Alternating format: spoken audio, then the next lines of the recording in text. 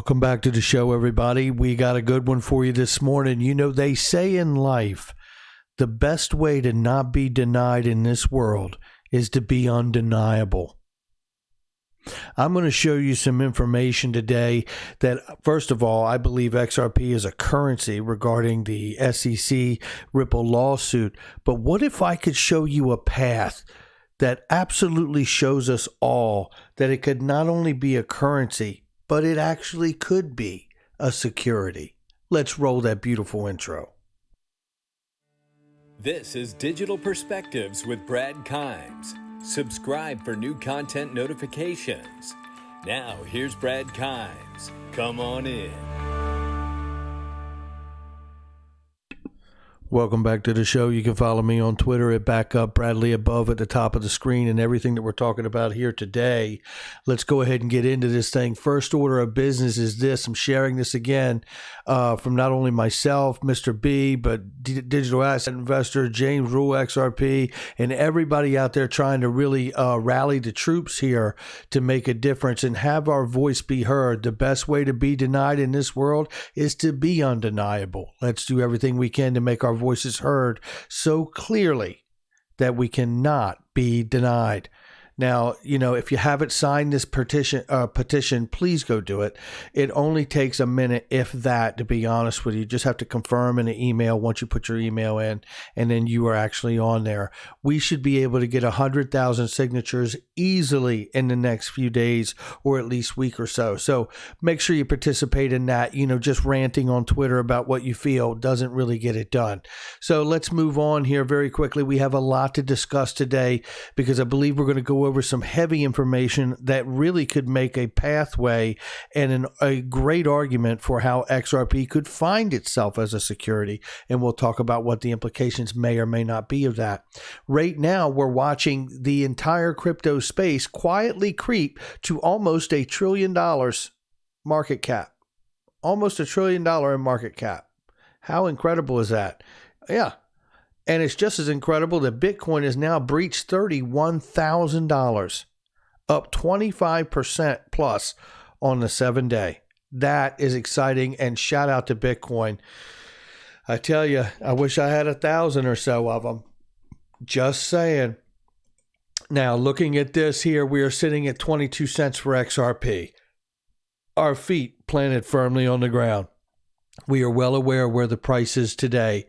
But we're going to have a discussion about where XRP can go and what it may need to become in order to actually get there. All right, let's do this. Let's go ahead and get into this. So what I'm going to start with is just a couple quick, very quick clips from a digital asset investor and an amazing interview he did back in June of this year with Greg Kidd. And I want to start with 7 minutes where he tells you that he is holding XRP and just how much. And then I'm going to add something to that I don't think anybody's really thought about. Listen to this. 1 second. Let me make sure you don't get the doubling effect. Here we go. Here, listen to this. You obviously own equity in Ripple. Do you also own XRP? I do have quite a stake in XRP. I actually optioned 1% of the currency back over 5 years ago. So I took a position on 1% of the entire float. So yes, I would say I have some XRP. Yeah. Okay. So first of all, Greg Kidd, you're looking at a man who owns an option on 1 billion XRP. Yeah. Don't believe it. It's still true. He also referred to it as a currency.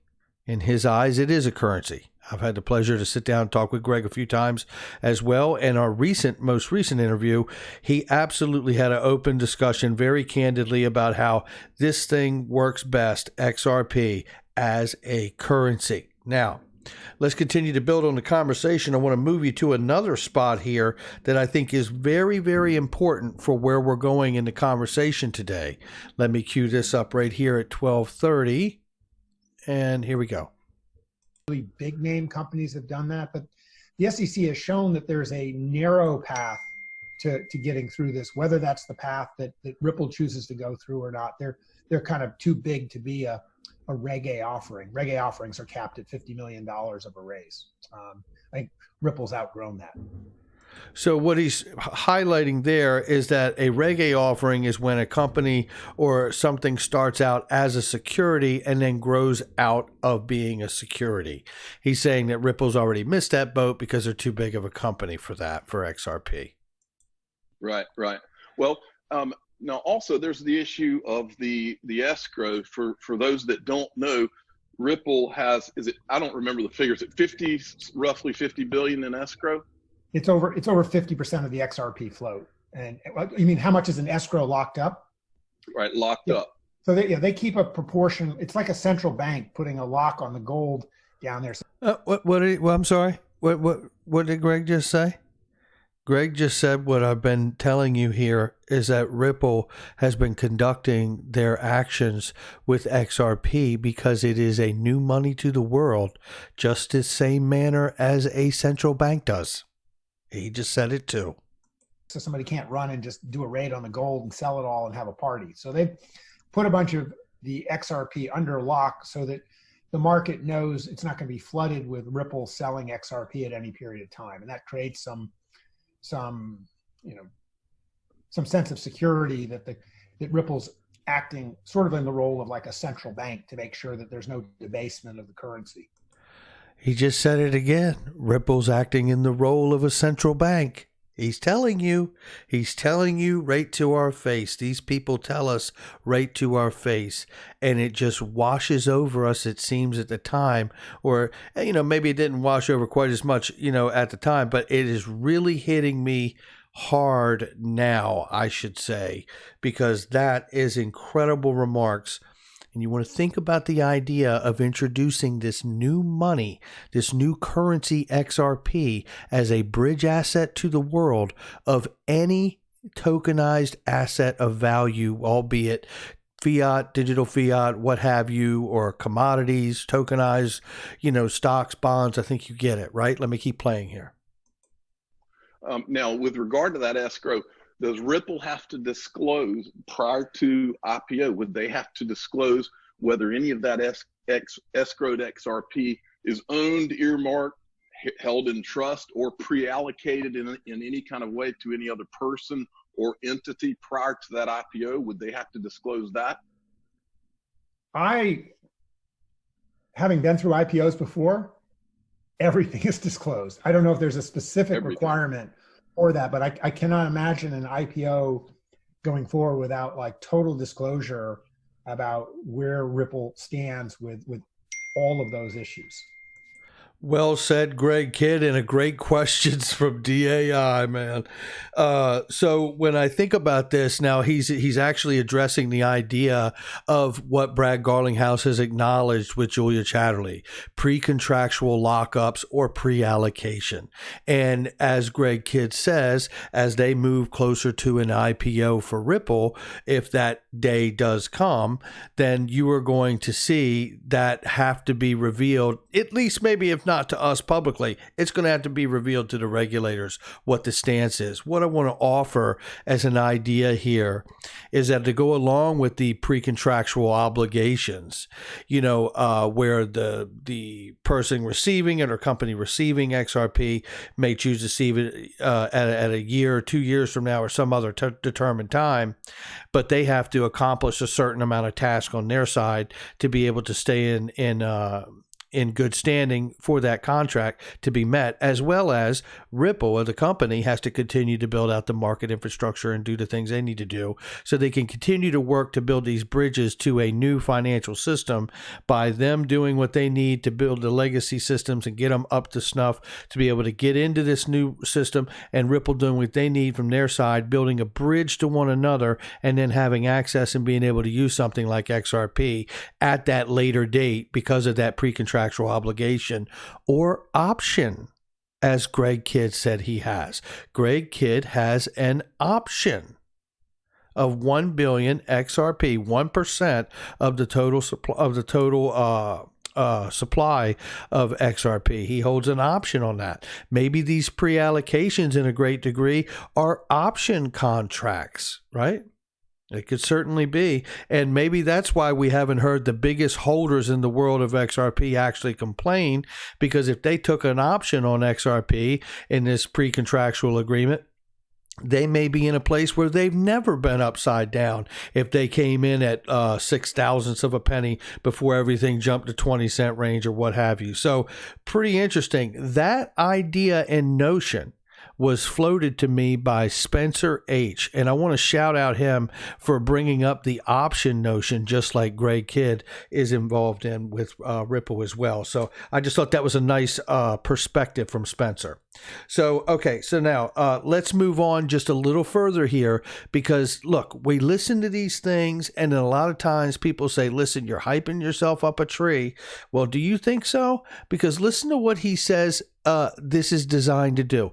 Listen to what Greg Kidd, formerly of the Federal Reserve, he's invested in Square, he's invested in Twitter, he's got an option of billion XRP in Ripple. He was one of the first 10 people at Ripple. He introduced them to the Treasury and the FinCEN and all these other entities in the government. Listen to what he says here. XRP. Is that the ultimate goal? Oh, it's going to be replaced. It's going to be replaced by XRP, and so that just that demand for the thimble of oil. He's talking about replacing the Nostro Vostro accounts of excess of $20 to $25 trillion that are dormant capital that has been around the world in siloed accounts, because it has to be able to maintain the daily balances for the businesses and banks each day on this planet.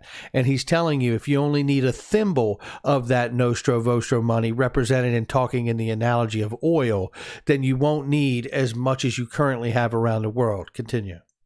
Like that thimble is pretty big. And so if all the banks need just enough XRP to handle their liquidity requirements, and you also have money transmitters doing it, and maybe even just major corporations are doing it as well, they're just posting their own liquidity around.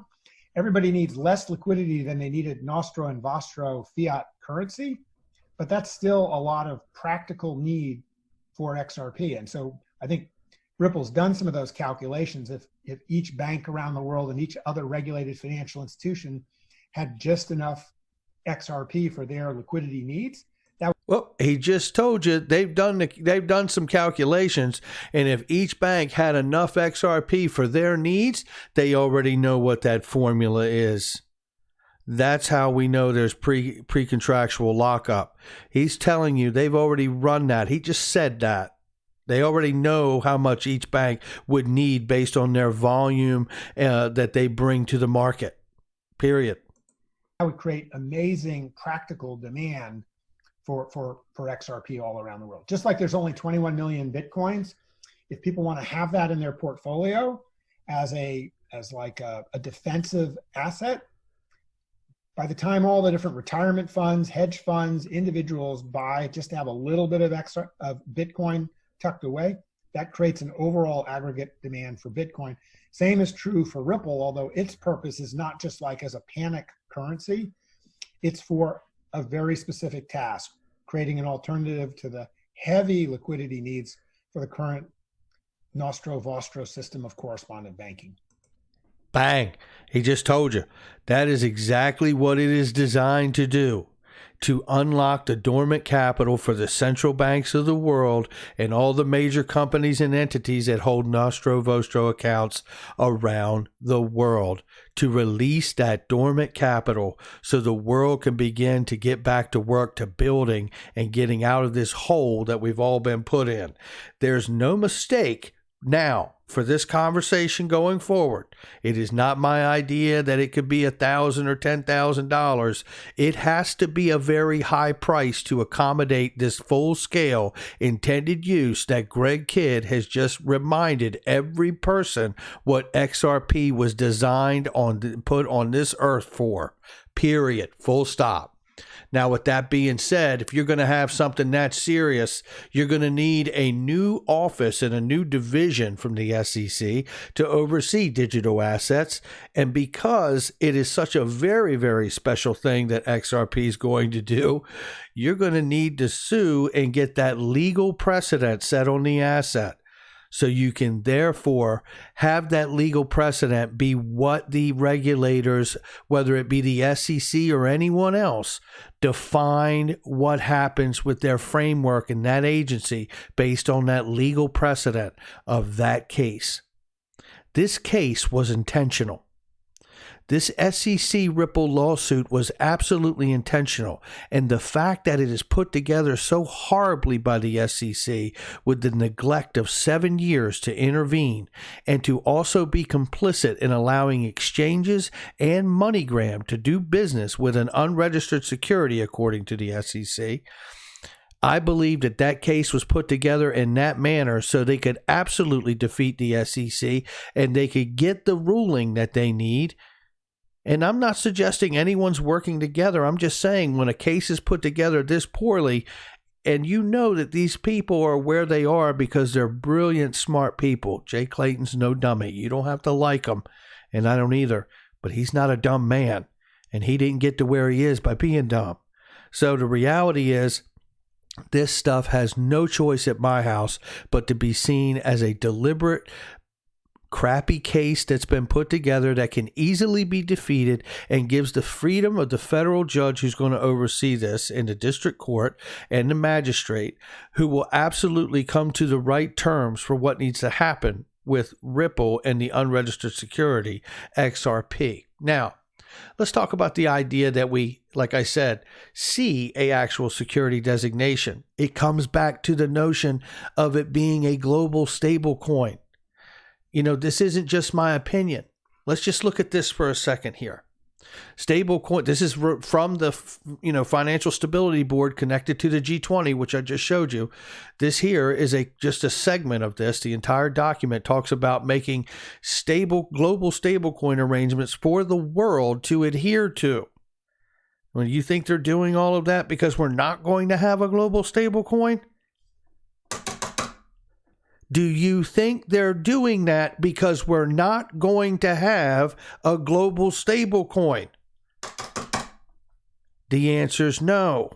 We're getting a global stablecoin. The question now is it right to think that it will be XRP? And I think that it is. And is it right to think that it may get a security designation because it falls within that classification? Let's continue. So stablecoins are an attempt to address high volatility of traditional crypto assets by tying the stablecoin's value to one or more other assets. Don't forget that line. We're going to talk about it. Such as sovereign currencies, they have the potential to bring efficiencies to payments, including cross-border payments, and to promote financial inclusion. If widely adopted, however, a stablecoin could become systemically important in and across one or many jurisdictions, including as a payment infrastructure. Ensuring the appropriate regulatory approach within jurisdictions and internationally will therefore be important. Against this background, the G20 mandate, the FSB of 19 of June, examine regulatory issues raised by global stablecoin arrangements, known as GSCs, and to advise on multilateral responses as appropriate to taking into account the perspectives of EMDEs in February of 2020. The G20 reiterated the importance of evaluating and appropriately addressing the risks of GSC arrangements before they commence operation, and supported the FSB's efforts to develop regulatory recommendations with respect to these arrangements before they commence operation. So they're going to commence, and it's going to happen. And then we see an article here from the assessment by the President Working Group on Financial Markets in the U.S. government's most comprehensive statement yet on stablecoins. It says, stablecoins may be securities, derivatives, or commodities, depending on the specific qualities of a particular asset. Then there's Judy Shelton. Judy Shelton put this out 2 days ago, and it says here, meanwhile in D.C., that the Congress is still in session until tomorrow. And then it says here that nominee office and predecessor, Federal Reserve System, Judy Shelton of California, to be a member of the Board of Governors of the Federal Reserve System for the unexpired term of 14 years from February 1st, 2010. Vice, I guess, President or whatever, Janet L. Yellen resigned. July 21st, 2020, reported by Mr. Crapo, Committee on Banking, Housing, Urban Affairs, without printed report. So I don't know if she's actually getting in or if they're getting ready to bring her in, but I want to remind you really quickly, because Notorious XRP, shout out to him, has a great clip here condensed of not only the current administration talking about wanting a gold standard, but then showing you some of the important clips of Judy Shelton, if she gets into the Federal Reserve, introducing a gold-backed bond system that could be done in a cryptocurrency sort of way. Listen to this, and I'm going to show you some whiteboard diagrams that I think take us right to where we need to go. That anymore. There is something very nice about the concept of that. It would be very, very hard to do at this point, and one of the problems is we don't have the gold. Other places have the gold. Right direction and to be a leader. And there it is. That's Judy Shelton giving her thoughts on moving to some kind of gold-backed system. And it doesn't have to be just gold, she said. Remember that. All right, now let's take a look at some things here. One, once you take a look at this diagram I put together some time ago, just not long ago, I think it was last week. And basically what we're talking about here is the idea, as Greg Kidd said, and I have said many times, that Ripple is operating like a central bank. The Financial Times has acknowledged that the Ripple has basically made itself a central bank. It has its own money. And right now it's worth 22 cents a pop. With the escrow set up, they have a scheduled release. They decide how much stays out and how much goes back in. They sell it OTC. They buy it back when necessary off the secondary market, as they've told us. And they also have become a lender of last resort where customers can borrow and pay back. Now, you can imagine some of those customers being other banks, JP Morgan, right? I mean, just imagine this. Goldman Sachs, all these other banks could come and borrow from them and get this money just the way banks borrow from the Fed. I hope this is not washing over anyone. Then we take a look at this, which is really the idea of collateralizing the XRP ledger here. Now, here we start to make the case for how XRP could get a security designation based on the president's working group report that said stablecoins could be a security. And if you're looking at this, and if you remember what I read to you from the Financial Stability Board comments, is that, one or more assets backing that stable coin. Well, imagine here you have the central banks, the CBDCs, the Nostro Vostro accounts that they all have around the world, and a percentage of these being released to bring in things like reserve cash to back the actual CBDCs that will be launched, and other things. A portion or percentage of the Nostro could be committed to bringing things like gold, oil, wheat, all the commodities you wanted, a portion of all of these things, a portion of tokenized securities like stocks, bonds, and options, right? And a portion of all of these different areas of industry and investment products could be brought in as a percentage to collateralize. So you know that you're safe to not lose the value, because as much value as you can bring from all these different assets and products, then you can guarantee pretty much mathematically that, yes, you could, have everyone time it and drain the market of those things. But if the market is broad enough, if this asset XRP is broadly backed by a little bit of everything, like gold and cash and stocks and bonds and all these things, mathematically speaking, it's a very, very low risk situation that everything would go to zero at once, draining the value of XRP to bust. Now, if you make this a stable coin by doing these things and initially in the beginning providing the backing, the collateralization to provide a floor value to this asset, backing it as described by the FSB like a stable coin with multiple assets collateralizing this thing, I could then see where you're guaranteeing a value based on what you put up to get XRP to use it as a bridge currency, knowing that it has many different things backing it in collateral. I could see where that instrument could then be called a stable coin and then be deemed a security instrument because of a couple things. One, because of what I just explained.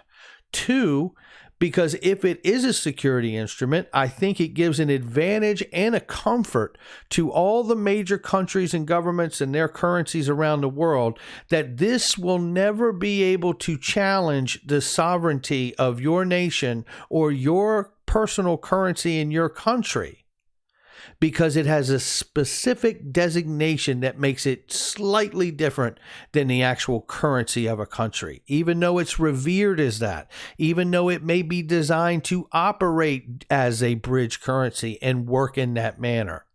I think there is a there. And when you add in someone like Judy Shelton, and then you bring this diagram and image in of what she would like to do, adding to that system and that idea, she wants to introduce the potential of a gold bond, a new gold bond that may have a 5-year term to it. And at the end of that 5 years, it's redeemable by gold, physical gold, or the cash fiat from that country that you bought that bond in. So this could be a U.S. bond, a China bond. It could be a U.K. bond. It could be a Japanese bond, so on and so on and so on. And at the end of it, if there's been any manipulation to the currency within that country, you could choose to settle in the physical gold to avoid the ramifications of that currency manipulation. Oh, yeah. Don't believe it. It's still true. Then you look at the idea of going one step further, which is here, and that is taking these physically redeemable bonds, as Judy Shelton has put forth, and you simply understand that the collateralization that is backed that asset from many different products and assets of value, that you could have XRP really operate smoothly as its full-scale intended use, as Greg Kidd has told us, for the new world order and the fourth industrial revolution of the world. That's right, hashtag the Internet of Value. And that, I believe, is where we are going on this day. Hit the like and subscribe, leave a comment below, make sure you share with somebody you know. Make sure you hit that notification bell and check out all the links in the description section and the comment box.